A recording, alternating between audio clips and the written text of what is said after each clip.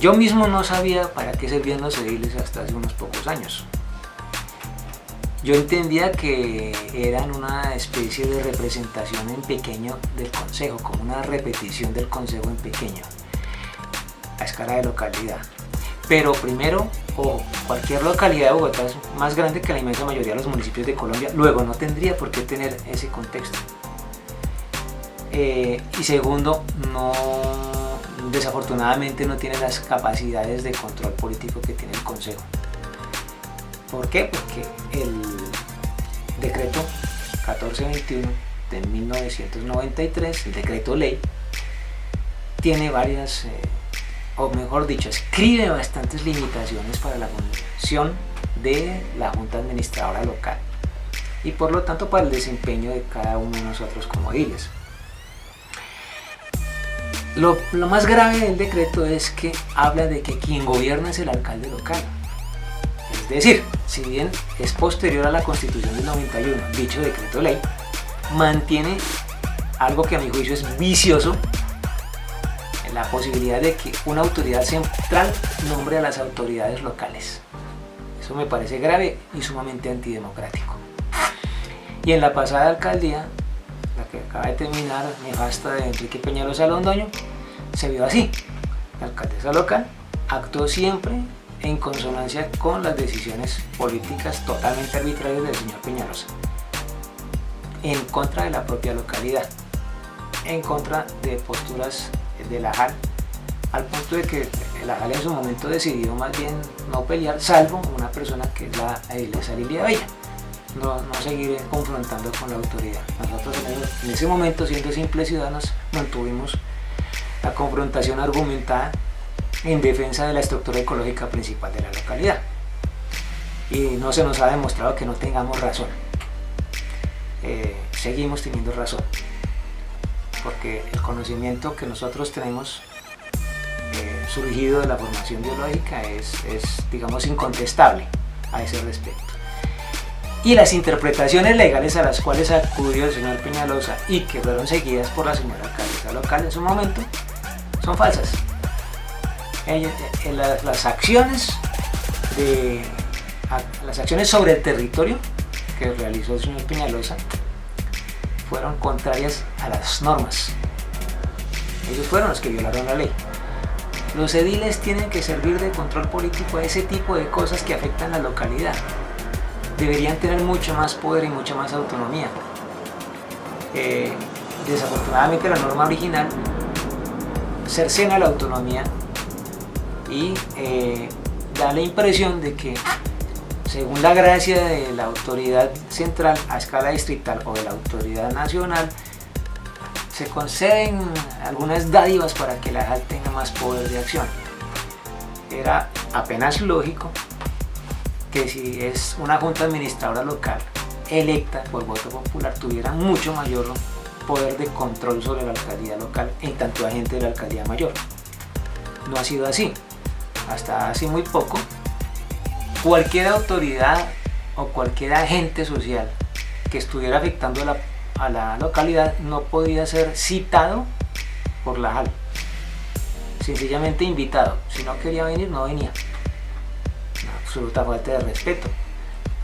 Es decir, seguir considerando que una localidad en números redondos de 1 millón de habitantes es menos que un municipio de sexta categoría es una cuestión muy grave. Eso afortunadamente ha cambiado y ahora podemos citar, de modo que tengan que venir obligatoriamente a actores o agentes sociales, políticos, oficiales o privados que intervengan en la localidad.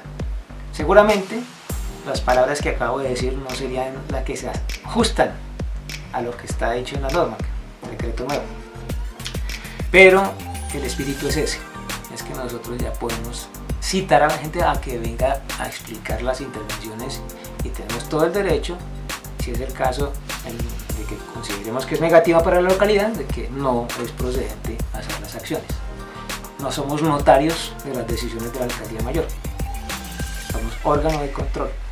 Bueno, no es apropiado decir órgano de control, pero sí tenemos funciones de control, en tanto corporación de personas electas por voto popular. Nuestras decisiones se manifiestan por acuerdos locales, o sea, el nombre es el mismo que las decisiones que asume el Consejo Distrital.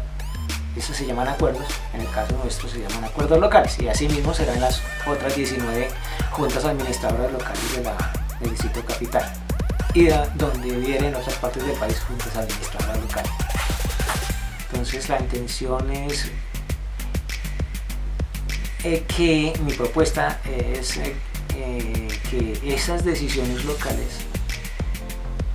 acudan a principios como el de rigor subsidiario, que de una manera muy sospechosa parece que fue modulado por la Corte Constitucional. Eso no tiene ningún sentido. Es decir, el principio de rigor subsidiario es aquel que protege al máximo, sobre todo los otros seres vivos que comparten nuestro hábitat, y en general, ampliando el concepto,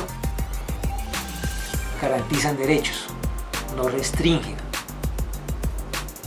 El espíritu de la Constitución del 91 plantea que mientras más se proteja en lo local, mejor. Mientras más se garanticen los derechos en lo local, mejor.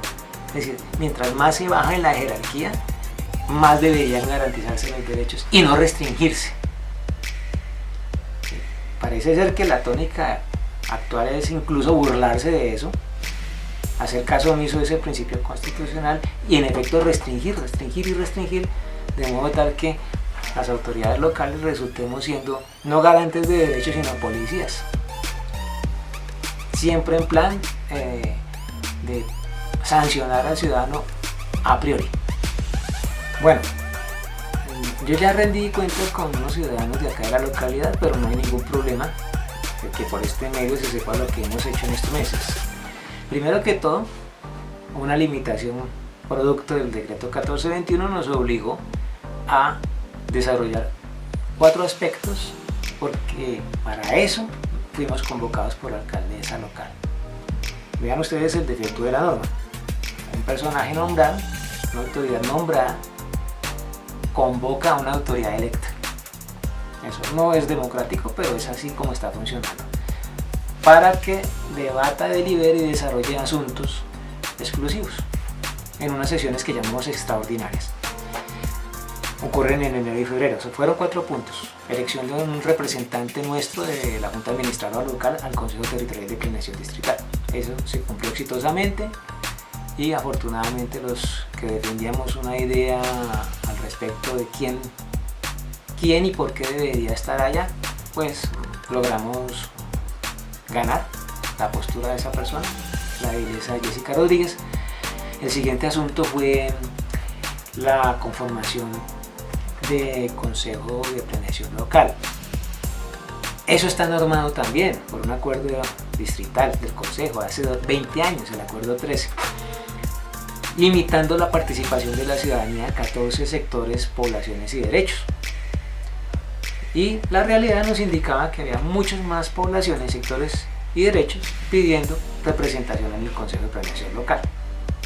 Entonces dimos la discusión dentro de la JAL en el sentido de que no es correcto seguir aplicando a rajatabla una norma restrictiva que es apenas distrital, a contrapelo de lo que dice la Constitución Política de la Nación, que dice que el ciudadano tiene derecho a participar en todo lo que le afecte, por una parte.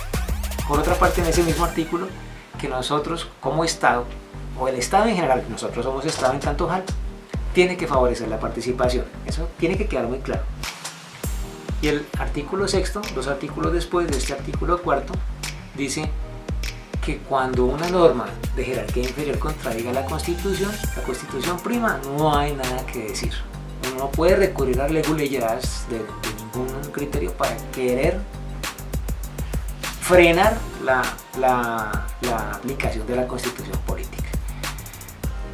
Entonces lo lógico es que se desarrollen de aquí en adelante 3 fases. La primera, el Consejo de Planeación Local en su autonomía puede, digo yo debería, modificar su reglamento interno en el sentido de permitir la participación con voz y voto de cuantos sectores, poblaciones y derechos sientan la necesidad de estar ahí. Nosotros acá en la Junta Administradora Local vamos a tramitar un proyecto de acuerdo según el reglamento que haga lo mismo, es decir, que diga expresamente que el Consejo Planeador Local tendrá tantas representaciones como poblaciones, sectores y derechos sientan que puedan estar ahí. Y considerando, será obvio, los artículos de la Constitución que les acabo de explicar. Bueno, eso ya quedó ahí, vamos a ver cómo se desarrolla.